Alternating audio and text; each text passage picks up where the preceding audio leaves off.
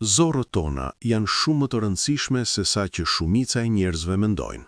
Ato nuk janë thjesht një tub i thjesht për tretjen e ushqimit. Sistemi i zorëve është një organ kompleks që luan një rol thelbësor në shëndetin e përgjithshëm të trupit. Ai përfshin triliona mikroorganizma që jetojnë në harmoni me trupin ton, një sistem imunitar të avancuar që mbron nga patogjenët dhe një rrjet nervor aq të sofistikuar sa shpesh quhet truri i dytë i trupit. Por çfarë ndodh kur ky sistem delikat del jashtë ekuilibrit? Inflamacioni kronik i zorrës është një gjendje që po bëhet gjithnjë e më e zakonshme në shoqëritë moderne. Ai manifestohet me simptoma të ndryshme nga dhimbje barku dhe fryrje deri tek lodhje kronike dhe probleme të lëkurës. Por më shqetësuese është fakti se inflamacioni kronik i zorrës lidhet me një gamë të gjerë sëmundjesh, duke përfshirë diabetin tip 2, sëmundjet kardiovaskulare, depresionin dhe madje disa lloje kancerish. E interesanta është se shumë nga shkaktarët kryesor të këtij inflamacioni nuk janë të lidhur me sëmundje të rralla apo predispozita gjenetike, por me zgjedhjet tona të përditshme. Janë zakonet që ne kultivojmë çdo ditë, shpesh pa e ditur, që ngadalë por qëndrueshëm dëmtojnë shëndetin e zorëve tona. Le të eksplorojmë 5 nga këto zakone më të dëmshme. 1. Konsumi i tepërt i sheqerit dhe ushqimeve të përpunuara. Zakoni i parë dhe ndoshta më i dëmshëm është konsumi i lartë i sheqerit të rafinuar dhe ushqimeve të përpunuara industrialisht. Në ditët e sotme, sheqeri fshihet pothuajse në çdo produkt të gatshëm, nga dreka dhe mëngjesat deri tek salsat dhe pijet. Kur ne konsumojmë sasi të mëdha sheqeri, veçanërisht sheqer të rafinuar, ne ushqejmë lloje të caktuara bakteresh në zor që lulëzojnë me karbohidrate të thjeshta. Këto baktere prodhojnë produkte anësore inflamatore që dëmtojnë murin e brendshëm të zorrës. Për më tepër, sheqeri i tepërt çon në luhatje dramatike të nivelit të glukozës në gjak, gjë që shkakton stres oksidativ dhe përgjigje inflamatore në të gjithë trupin, duke përfshirë edhe zorrët. Ushqimet e përpunuara shpesh përmbajnë jo vetëm sheqer të shtuar, por edhe yndyrna trans, ngjyra artificiale, konservant dhe emulsifikant. Studimet kanë treguar se disa nga këto aditiv, veçanërisht emulsifikantët si karboksimetilceluloza dhe polisorbati 80, mund të prishin shtresën mbrojtëse të mukusit që vesh murin e zorrës. Kur kjo barierë dobësohet, bakteret dhe toksinat mund të kalojnë më lehtë në shtresat e thella të indit të zorrës, duke shkaktuar inflamacion. Një aspekt tjetër shqetësues i ushqimeve të përpunuara është mungesa e fibrave. Fibrat dietike janë ushqimi kryesor për bakteret e dobishme në zorr, të cilat i fermentojnë ato në acide yndyrore me zinxhir të shkurtër si butirati. Butirati është një komponim thelbësor që ushqen qelizat e murit të zorrës dhe ka veti të fuqishme antiinflamatore. Pa fibra të mjaftueshme, këto baktere të dobishme urihen dhe ekuilibri i mikrobiomës prishet.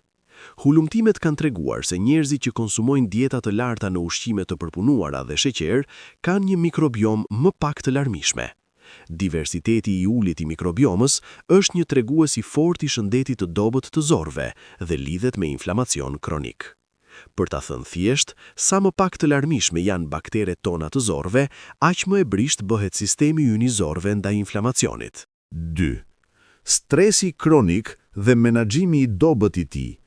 Zakoni i dytë që shpesh nënvlerësohet është jetesa në një gjendje të vazhdueshme stresi pa mekanizma adekuat për ta menaxhuar atë. Lidhja midis trurit dhe zorrëve është jashtëzakonisht e fuqishme, aq sa shkencëtarët flasin për boshtin tru-zorr si një sistem komunikimi dykahor. Kur trupi përjeton stres, ai aktivizon sistemin nervor simpatik dhe lëshon hormone stresi si kortizoli. Në afat të shkurtër, kjo përgjigje është e dobishme. Ajo na përgatit për të përballuar rrezikun. Por kur stresi bëhet kronik, kjo përgjigje mbetet e aktivizuar vazhdimisht, duke shkaktuar dëme të konsiderueshme. Stresi kronik ndikon në zorr në disa mënyra. Së pari, ai ngadalson ose përshpejton lëvizjen e zorrëve, duke ndërhyrë në ritmin natyror të tretjes. Kjo mund të shkaktojë konstipacion ose diare dhe krijon një mjedis ku bakteret e dëmshme mund të shumëzohen më lehtë. Së dyti, stresi zvoglon qarkullimin e gjakut në zor duke reduktuar furnizimin me oksigjen dhe lëndë ushqyese që janë thelbësore për riparimin e indeve. Por efekti më i rëndësishëm i stresit është se ai kompromiton barierat mbrojtëse të zorrës. Nën stres kronik, bashkimet e ngushta midis qelizave të murit të zorrës fillojnë të lirohen.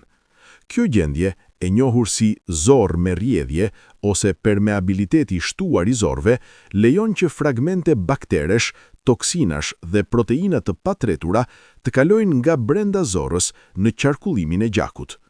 Kur sistemi imunitar zbulon këto substanca të huaja, ai fillon një përgjigje inflamatore që, nëse vazhdon në kohë, bëhet kronike. Është interesante të shënohet se njerëzit me ankth ose depresion kronik kanë nivele më të larta të markerëve inflamator në gjak dhe shumë prej tyre vuajnë nga simptomat të zorëve. Kjo nuk është rastësi, është manifestimi i lidhjes së thellë midis shëndetit mendor dhe shëndetit të zorëve. 3. Përdorimi i tepërt i antibiotikëve dhe ilaçeve të caktuara. Zakoni i tretë që shkakton inflamacion kronik të zorrës është përdorimi i shpesht dhe shpesh i panevojshëm i antibiotikëve dhe disa ilaçeve të tjera. Antibiotikët janë padyshim një nga gjetjet më të mëdha të mjekësisë moderne dhe kanë shpëtuar miliona jetë. Megjithatë, përdorimi i tyre i tepërt dhe i panevojshëm ka pasoja serioze për shëndetin e zorëve. Antibiotikët janë projektuar për të vrarë bakteret, por ata nuk mund të dallojnë bakteret e dëmshme nga ato të dobishme. Kur merren antibiotik, veçanërisht ato me spektër të gjerë, ata shkatrojnë një pjesë të madhe të mikrobiomës së zorëve. Kjo krijon një vakum që shpesh mbushet nga baktere rezistente ndaj antibiotikëve ose nga patogjen oportunist, si Clostridioides difficile, që mund të shkaktojnë infeksione të rënda dhe inflamacion. Studimet kanë treguar se madje edhe një kurs i vetëm antibiotikësh mund të ndryshojë mikrobiomën e zorëve për muaj të tërë. Përdorimi i përsëritur i antibiotikëve, veçanërisht gjatë fëmijërisë kur mikrobioma është ende në zhvillim, është lidhur me një risk të shtuar për zhvillimin e sëmundjeve inflamatore të zorëve, alergjive dhe obezitetit më vonë në jetë. Por antibiotikët nuk janë të vetmit ilaçe që dëmtojnë zorët. Ilaçet antiinflamator jo steroid, NSAID, si ibuprofeni dhe aspirina, kur përdoren rregullisht dhe në doza të larta, mund të dëmtojnë murin e zorrës drejt për drejt. Këto ilaçe bllokojnë prodhimin e prostaglandinave, që mbrojnë shtresën mbrojtëse të mukusit të zorrës. Pa këtë mbrojtje, acidi i stomakut dhe enzamat e tretjes mund të dëmtojnë indin e zorrës duke shkaktuar ulçera dhe inflamacion. Inhibitorët e pompës së protonit, PPI, ilaçet e përdorura gjerësisht për trajtimin e refluksit acid, gjithashtu ndikojnë në shëndetin e zorëve. Duke ulur aciditetin e stomakut, ata lejojnë që baktere që normalisht do të vrisnin në stomak të arrijnë në zorë, duke ndryshuar përbërjen e mikrobiomës. Përdorimi afatgjat i PPI është lidhur me një risk të shtuar të infeksioneve të zorëve dhe disbiozës. 4. Mungesa e aktivitetit fizik dhe jeta sedentare. Zakoni i katërt që kontribon në inflamacionin kronik të zorrës është mungesa e aktivitetit fizik të rregullt. Ne jetojmë në një epokë ku shumë njerëz kalojnë shumicën e ditës së tyre ulur në punë, në makinë, para televizorit. Kjo jetë sedentare ka pasoja të thella për shëndetin e zorëve. Aktiviteti fizik ka një efekt të drejtpërdrejt pozitiv në lëvizjen e zorëve. Kur ne lëvizim trupin ton, ne stimulojmë kontraktimet peristaltike të zorëve, duke ndihmuar lëvizjen e rregullt të përmbajtjes së zorëve. Kjo është e rëndësishme, sepse qëndrimi i zgjatur i ushqimit në zorë krijon mundësi për fermentim të tepërt, prodhim gazi dhe rritje të baktereve të padëshirueshme. Por efektet e ushtrimeve fizike shkojnë shumë më thellë. Hulumtimet e fundit kanë treguar se aktiviteti fizik i rregullt ndikon drejtpërdrejt në përbërjen e mikrobiomës së zorëve. Sportistët dhe njerëzit që ushtrojnë rregullisht kanë një mikrobiom më të larmishme, me përqindje më të larta të baktereve që prodhojnë butirat dhe komponime të tjera antiinflamatore. Mekanizmat përmes të cileve ushtrimi përmirëson shëndetin e zorëve janë të shumtë. Ushtrimi rrit qarkullimin e gjakut në të gjithë trupin, duke përfshirë zorët, gjë që përmirëson furnizimin me oksigjen dhe lëndë ushqyese. Ai gjithashtu redukton stresin oksidativ dhe inflamacionin sistemik përmes një morie mekanizmash, duke përfshirë rregullimin e sistemit imunitar dhe uljen e niveleve të citokinave proinflamatore. Një aspekt tjetër interesant është se ushtrimi ndikon në prodhimin e faktorit neurotrofik të rrjedhur nga truri, BDNF, një protein që mbështet shëndetin e neuroneve jo vetëm në tru, por edhe në sistemin nervor enterik të zorëve. Nivele më të larta të BDNF janë lidhur me funksion më të mirë të zorëve dhe inflamacion më të ulët. Mungesa e aktivitetit fizik, nga ana tjetër, kontribon në inflamacion kronik të nivelit të ulët në të gjithë trupin. Indet yndyrore të tepërta, veçanërisht yndyra viserale rreth organeve të barkut, janë aktive metabolikisht dhe lëshojnë citokina inflamatore që ndikojnë në zorët e afërta.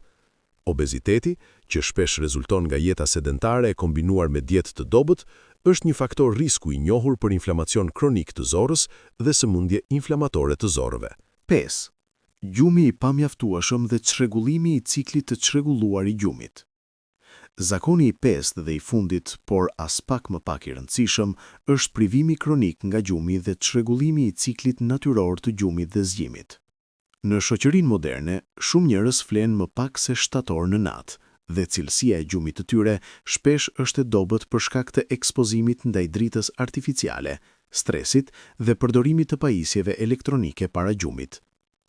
Lidhja midis gjumit dhe shëndetit të zorëve është më e thellë se sa shumica e njerëzve e imagjinojnë. Trupi ynë, duke përfshirë sistemin e zorëve, operon sipas një ritmi qarkadian, një ore brendshme biologjike rreth 24 orëshe, që rregullon shumë procese fiziologjike.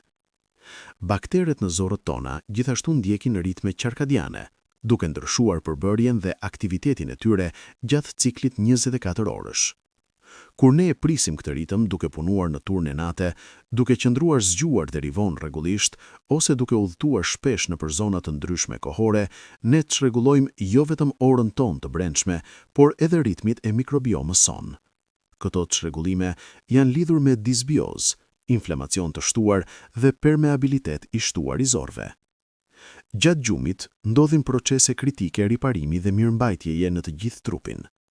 Qelizat e murit të zorrës, që kanë një jetëgjatësi relativisht të shkurtër prej 3-5 ditësh, vazhdimisht duhet të zëvendësohen.